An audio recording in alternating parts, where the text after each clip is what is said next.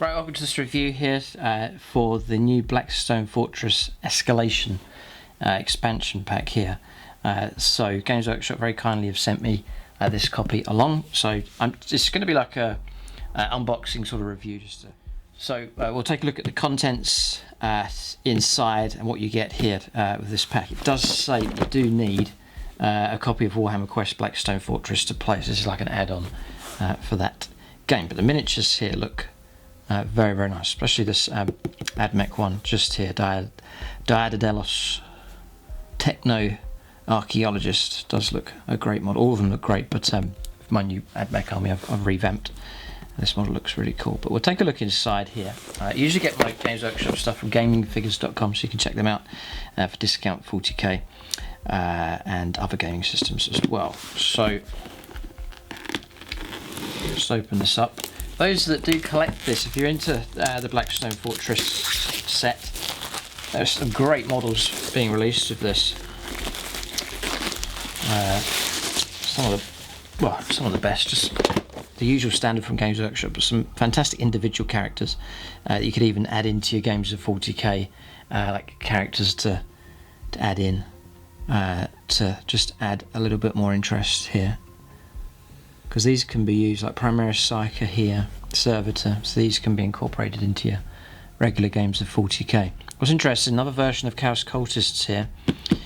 So that gives me some hope for varieties of Astra Militarum regiments possibly in the future. If Workshop can sculpt different types of cultists, then surely they can do the same for the Astra Militarum. So you open up the box and you're getting more terrain tiles here as well. So here they are. They do look really nice. I mean, the artwork's fantastic for these. And these two split down here, and then again different on the other side. So you can add a lot of more variety to the standard set. Some Slanesh and Zinch taking place here. Yeah, fantastic artwork. It really is good. And on the other side as well, small counters and individual hexes. Flip it over, that's what you get on the other side. And then here, a menace tracker. It's beautifully produced, it really is nice. Some extra tokens there. Seeker Omricon support, and then also Ultimatum just there as well. And flip it over. Cool, right, it does look really good. So that's those four that you get inside. And then the books, maybe flick through those in just a moment. And then the inside looks like this. Pack of bases, they're all slaughter bases, these ones. And then the sprues here. Well, you'll see the models painted up when we flick through the publication. I'll zoom in, but these are the sprues for them just here, as soon as we want. I'm using red. I'll zoom into all of them in just a moment.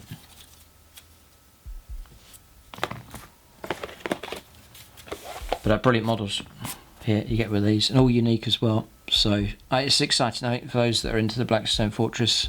It looks a very good expansion pack.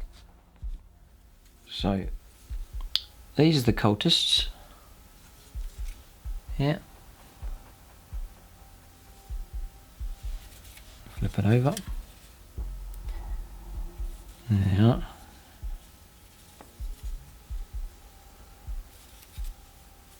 Very cool. Okay, that's them. And then this one. Like so. Yeah, if you're into this set, then, and you're playing regular 40k, then that's the good combination to go for, because you can then paint up these models and then start to add them into your other armies. You know, if you've got Chaos Army, for example, you can start to use the models from this in any of the Imperial armies, or even in your games of 40k, just have random civilians and characters walking around the table, just to add a bit more depth as well. Just ignore them for games purposes, but just to add a bit more interest to your table also. And each model's unique. You know, if I was painting these out, I'd enjoy painting each one individually, and you know, just appreciate the work that's gone into each one. Not, you know, knowing you haven't got to paint a batch of 20 or whatever, but just one at a time. So beautiful models. Detail here is crisp and clean. It really is nice. Here, that's the techno archaeologist. Brilliant job. No, really good. I get more of a feel for what they look like when we look at the book. So then that's the sprues for the miniatures, and then inside, Throne of Malek's envelope. Do not open until the Throne of Malek has been conquered. So it's a nice addition. This twist. There's something inside. It's like a like a Christmas present, trying to figure out what it is. There's something in there to be revealed. Then they give you this pack here with all of your data cards. Like so.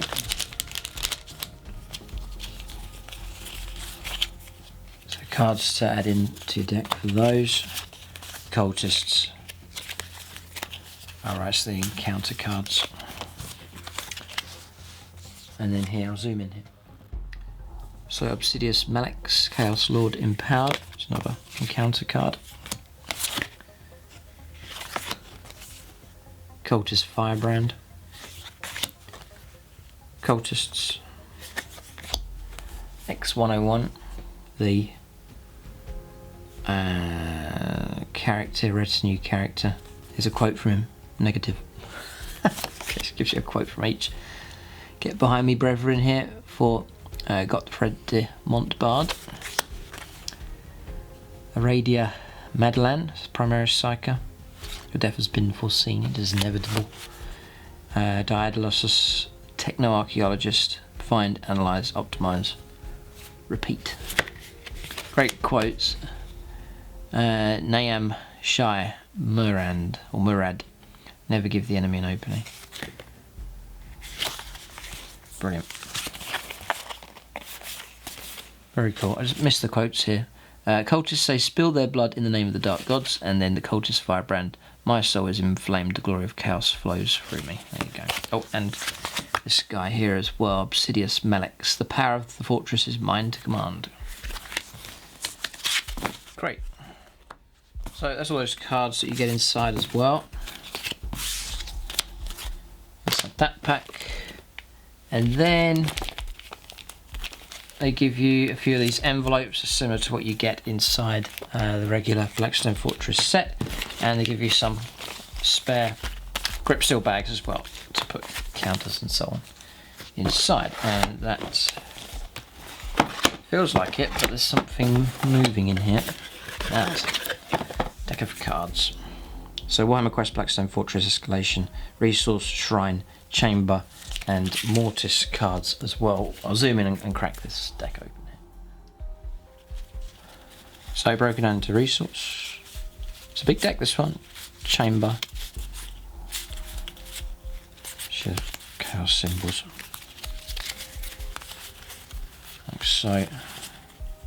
Chamber 1. 3 clues. Cool. That gives you an idea of what's inside. Displacer field, mesh body glove, tanglefoot grenade, resilience, medicine, observation, survival, close combat, ablative plating, shield skull. So good size deck there for the expansion pack. So we'll take a look at the publications here. So open this up here. The ongoing battle for Blackstone Fortress, and inside get the main book here, a larger one actually for the exploration, and then data sheets as well. If your games are 40k, so I'll cover that here in this review also, and then Blackstone Fortress Escalation here, just your guide to assembling the models and some help with painting them as well. So leave that one to the side. Do the data sheets last. We'll flick through these here. So this one, Escalation. The introduction, components, quests for the Black Shrines, navigating the Citadel after the quest, new rules, introducing this menace level here, the Explorers, right, so it's giving you a nice layout here for your painting reference. Chaos Rising, Brink of Annihilation, Staging Post, and New Arrivals. God, they've done artwork for all these individual characters as well. There's the Servitor, Heretic Cults. There you go, so that's that one.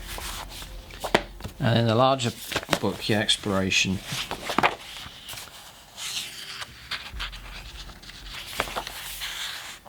So it gives you the layout here for all of these, the various different maps that you can do. Imagine it'd be good fun to play, exploring and finding your way through different places and random events and encounters taking place.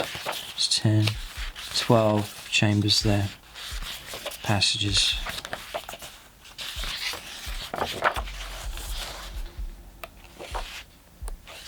All those there. Black Shrines, Shrine of Excess, Shrine of Decay,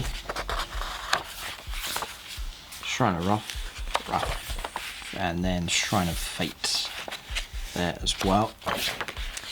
And the Throne of Malex there also. Rewards. If the explorers conquer the Throne of Malex, the explorer that slew Obsidious Malex should open the Throne of Malex envelope. Cool. And there it is. So that's that one. So we'll take a look now at the data sheets here. So as I said earlier, great models that you can incorporate into games of 40k. They actually give you the rules for them here as well, if you do want to use them in 40k as well. It's a great crossover. You're not just buying a standalone game, you can then take the miniatures, and there are official rules that you can use in your games of 40k as well. So, Aradia Madeline then, 40 points, including all the weapons and upgrades. So, just cover it in the order that's given back there. So it starts here, power level 2. Movement 6, weapon skill 3+, ballistic skill 3+, strength 3, toughness 3, 4 wounds, 3 attacks, leadership 8, and 5+ save. As model armed with a las pistol and force stave, only one model can be included in your army. So just the usual rules for las pistol, force staves +2 strength, -1 d3 damage. And abilities, it's for your own good. If Aradia is slain as a result of perils of the warp whilst within 6 of a friendly commissar, she is executed before anything untoward can happen. Good roll. The power she was attempting still fails, but units within 6 do not suffer the d3 mortal wounds. That's reliable psyker if she's near a commissar. And she can attempt to manifest 1 psychic power and attempt to deny 1. She knows smite and the psychic augment powers. Okay. Psychic augment has a warp charge value of 8. It's tough enough to make that go off. If manifested, select for any Astra Militarum for unit within 12. Add 1 to hit rolls for attacks made by that unit until the start of the next psychic phase. Well, that's it. +1 to hit rolls for attacks made by that unit. So, if you targeted the right unit, it'd be pretty effective. But it's tough to make that one go off. 8's tough enough. So, yeah, not sure whether it's worth taking that, and sort of stuck at having to take that psychic augment power, but maybe useful enough to use that psychic in your Astra Militarum army. Next is the cultist firebrand, 30 points for him. So here, Power level 2, it's an elite's choice. Radius HQ, by the way. Movement 6, weapon skill, and ballistic skill 3, plus strength 4, toughness 4, 3 wounds, 3 attacks, leadership 6, 4 up save. Single model armed with a Hellfire Torch, las pistol, frag, and crack grenades. So the Hellfire Torch then range 8, usual range, assault D6, strength 5 -2, and 2 damage though. So it's nasty enough, and then this weapon automatically hits its target. It's a pretty good weapon, and useful as well on Overwatch. Las pistol, frag, and crack grenades as usual. Servants of the Abyss. This ability has no effect unless your army includes Obsidious Melex. If it does, you cannot set up any units of this ability before you've set up Obsidious Melex. When you set up Melex during deployment, all units with this ability are immediately set up at the same time.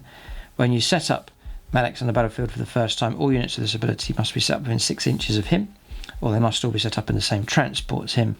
If they cannot be set up, they count as destroyed. So you've got to stick together for deployment. And then Explosive Demise. If he's reduced to 0 wounds, roll a dice, and on a 5+, the warp energies contained within it burst, and each unit within 3 inches suffers a mortal wound. Yeah, firebrand's not bad. 30 points, so maybe a bit steep. Maybe, but model looks cool. Okay, 30 points for him. Then Cultists of the Abyss, you get 7 of them for 35 points.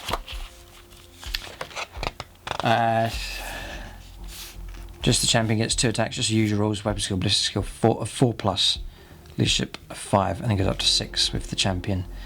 They're armed with stud carbines, chainsaw, frag, and crack grenades. That's the champion.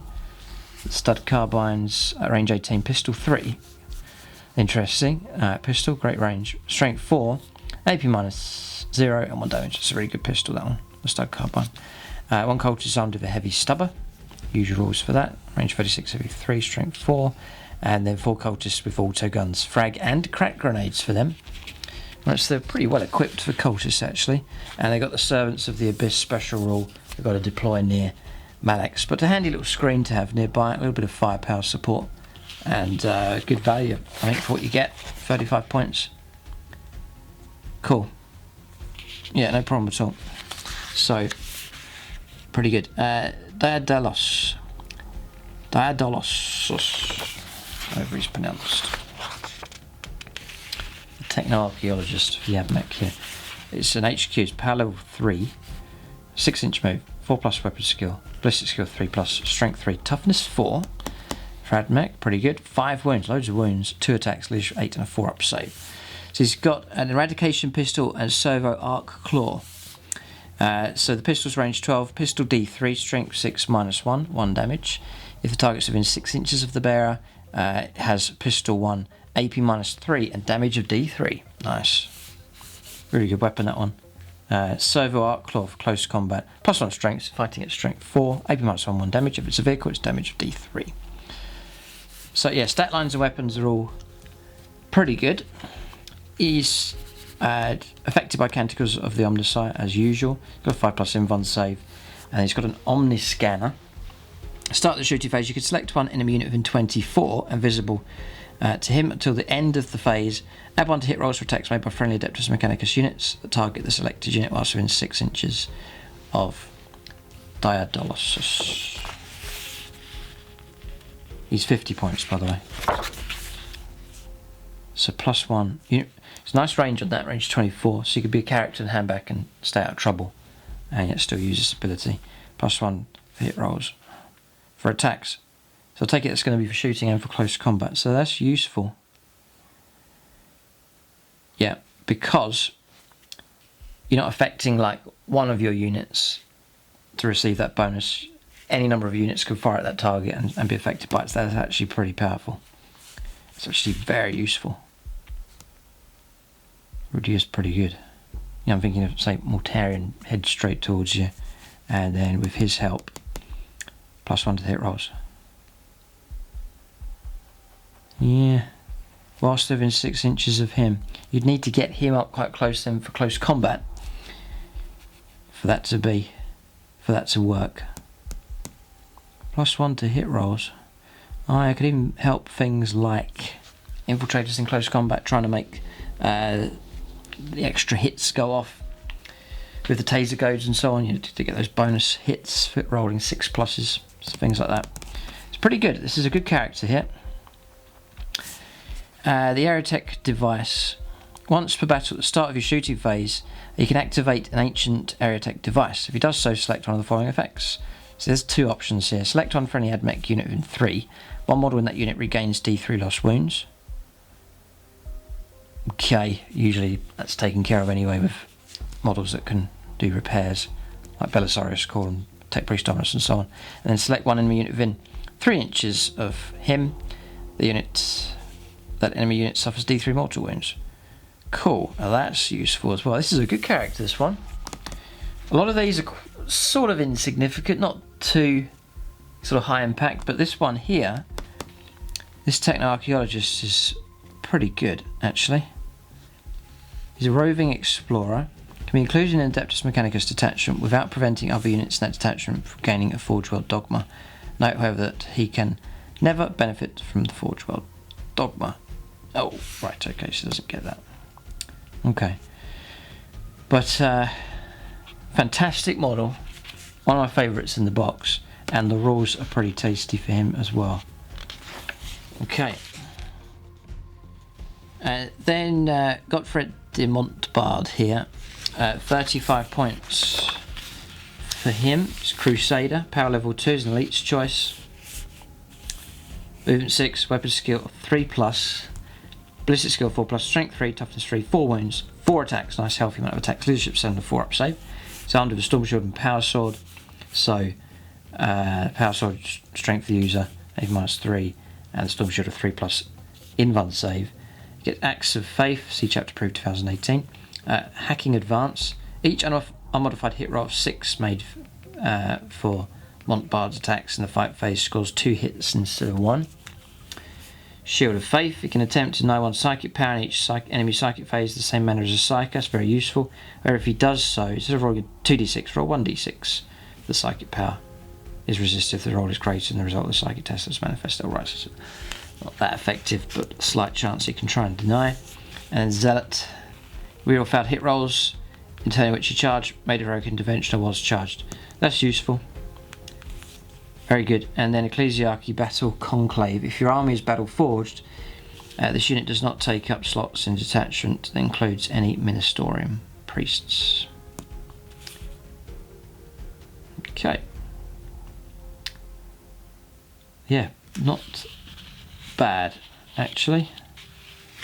Now, don't expect him to take down enemy warlords and so on, but little cheap HQ. No, it's not HQ's elite, but cheap enough. Plenty of attacks and the possibility of scoring lots more hits, and tough enough with the invuln save as well. Cool. Okay, and then it's Niam Shai Murad here. 50 points for this one. It's a rogue trader. Power of 3, HQ choice, 6-inch move, 3+ weapon skill, ballistic skill 4+, strength 3, toughness 3, 4 wounds, 3 attacks, leadership and 4 up save.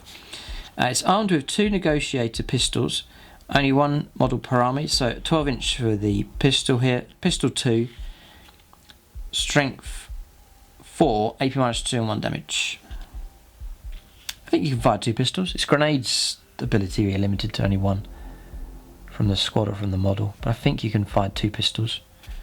So it'll be 4 shots, in which case all guns blazing, a shooting phase. Okay,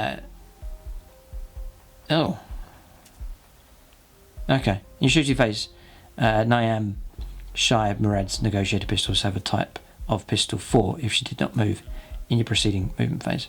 Right, so you could actually potentially have then 8 shots. Cool. Got a gunslinger here. Servile Scar assisted targeting. Enemy units do not receive the benefit of cover. So same throws. So pretty good shooting here actually from this character. And warrant of trade. Murad can embark onto an Imperium transport, even though the transport in question might normally only permit models with other faction keywords to do so. All other restrictions apply normally. Okay. Yep. And then we're looking at 101 server term. 22 points. Power level 1. An elite's choice. Movement 5. Weapon skill 5+. Ballistic skill 5+. Strength 4. Toughness 4. 2 wounds, 2 attacks. Leadership 6 and a 4 up save. So, armed with a hydraulic claw and a grav gun. Grav gun's range 18. Rapid fire 1. Strength 5 -3 1 damage. If the target has a save characteristic of 3+ or better, this weapon has a damage characteristic of D3. It's a possibility of 1 or 2 shots. And the claw in close combat is ×2 strength. Oh no. Oh dear. ×2 strength. So it's going to fight at strength 8. AP -1 D3 damage, but it is -1 to hit rolls. So you're going to be hitting on 6s with 2 attacks. Terrible. Gets Canticles of the Omnissiah. Mind Lock. So weapon skill and ballistic skill of 4+, and leadership of 9 is if it's within 6 of any friendly tech priests, and that must, I think that's a must. You need to do that. Yeah. Salvage protocols. Add 1 to hit rolls for attacks made by X101. Target a vehicle. Cool. That's very helpful. That's going to help you in close combat and with shooting. Just there. Nice. 22 points.